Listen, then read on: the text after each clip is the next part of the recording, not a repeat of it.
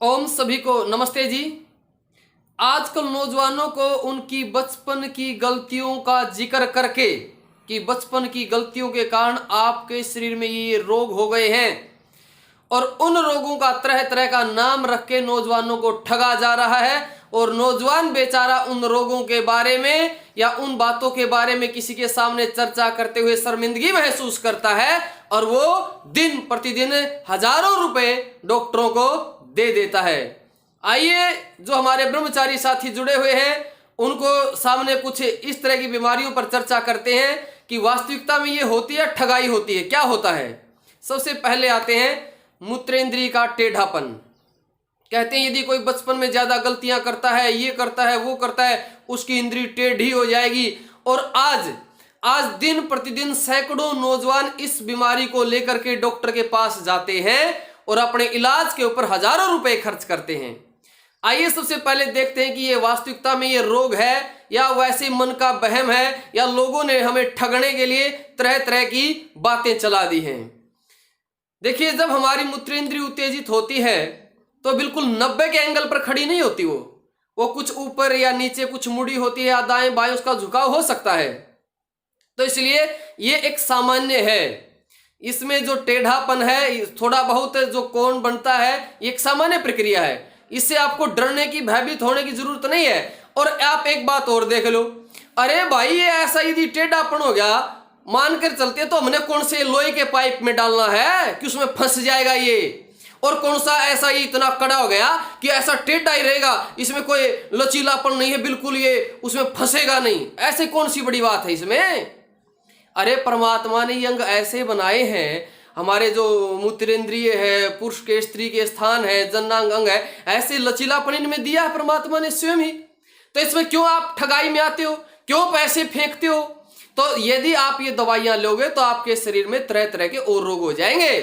तो ये टेढ़ा प्रणाली कोई बीमारी नहीं है, ये सामान्य चीजें हैं, इनसे ज्यादा भयभीत होने की जरूरत नहीं है आपको। कुछ चीजें हो जाती है सामान्य किसी और कारण से, वो कोई अपवाद रूप में होती है, वो कोई बड़ी बात नहीं है। मेरी बात समझ गए ना। तो ये टेढ़ापन कोई रोग नहीं है। आपको डराएंगे कि नहीं तुमने बचपन में ये किया, इससे ये हो गया, इससे ये हो गया, तुम ये नहीं कर सकते, तुम वो नहीं कर सकते, तो इनकी बहकाई में नहीं आना है। अब दूसरी बात पर आ जाते हैं। आजकल आता है जो हमारी धातु है, सातवीं धातु है, हमारा जो शरीर का सार है, कहते हैं वो जल्दी निकल जाता है।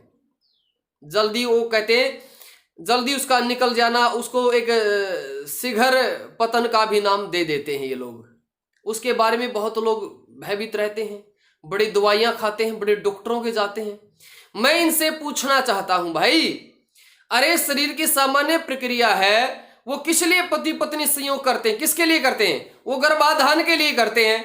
और आज के समय में जितने भी पशु पक्षी हैं, पति पत्नी जो नर मादा संयोग करते, गर्भाधान के लिए संयोग करते हैं। पशु पक्षी तो ब्रह्मचर्य पालन करते होंगे, वो तो अपनी मूत्रेंद्रिय के साथ कुछ एक्स्ट्रा नहीं करते होंगे, वो तो अपने हाथ से कोई मैथुन नहीं करते होंगे, बोलो, वो तो ब्रह्मचर्य पालन करते होंगे।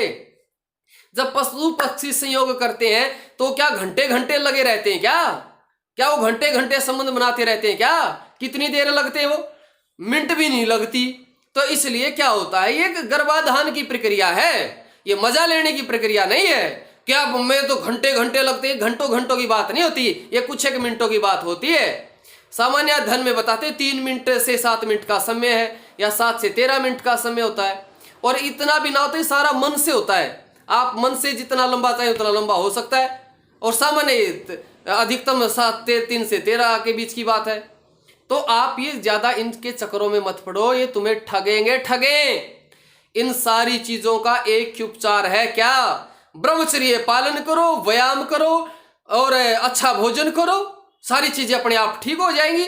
और जो पति पत्नी का संयोग है वो गर्भाधान के लिए होता है, वो तुम्हारे मजे के लिए थोड़ा ही होता है। और ये जो लोगों के मन में वहम रहता है ना कि मैं अपनी पत्नी को संतुष्ट नहीं कर पाया, ये नहीं कर पाया, ये बहुत बड़ा वहम है।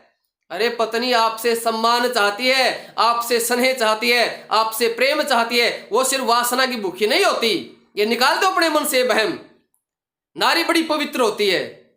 तो आप इन बातों को समझो और ब्रह्मचर्य में रुचि करो। और इन दोनों चीजों को ठीक से समझ गए होगे ना, और भी किसी तरह का आपको लगता हो कि लोगों के बारे में ये रोग बता करके ठगा जा रहा है, तो आप वो भी बताएं, हम उस पर भी चर्चा करेंगे। और फिर भी आप लोगों को जी कोई औषधि बताओ, तो भाई सूखे मेव खाओ, अंजीर है, मुनक्का है, किशमिश है, इनको भिगो सुबह खाओ इनको। और गोंद कतीरा है, 2 चम्मच गोंद की कतीरा की शाम को भिगो दो, सुबह उसको मिश्री के साथ खाओ, लाभ मिलेगा। अरे परमात्मा की बनाई हुई चीजें खाओ, इन डॉक्टरों के मत ठगाई करो। तो उम्मीद है आपको समझ में आई होंगी। फिर भी कोई बात हो तो आप जरूर बताएं, और ये दवाइयों के चक्रों में मत पड़ो, ये अनेकों रोग आपके शरीर में पैदा कर देंगे, अनेकों रोग। ऋषियों ने ब्रह्मचर्य को बहुत ऊंचा बताया है। कितना ऊंचा बताया है? क्या ब्रह्मचर्य से रोग ठीक हो सकते हैं? इसके बारे में ऋषियों ने क्या कहा है, ये वीडियो भी एक दिन आपके बीच में रखेंगे। और फिर भी आपका कोई सुझाव हो तो जरूर बताएं। धन्यवाद, नमस्ते जी।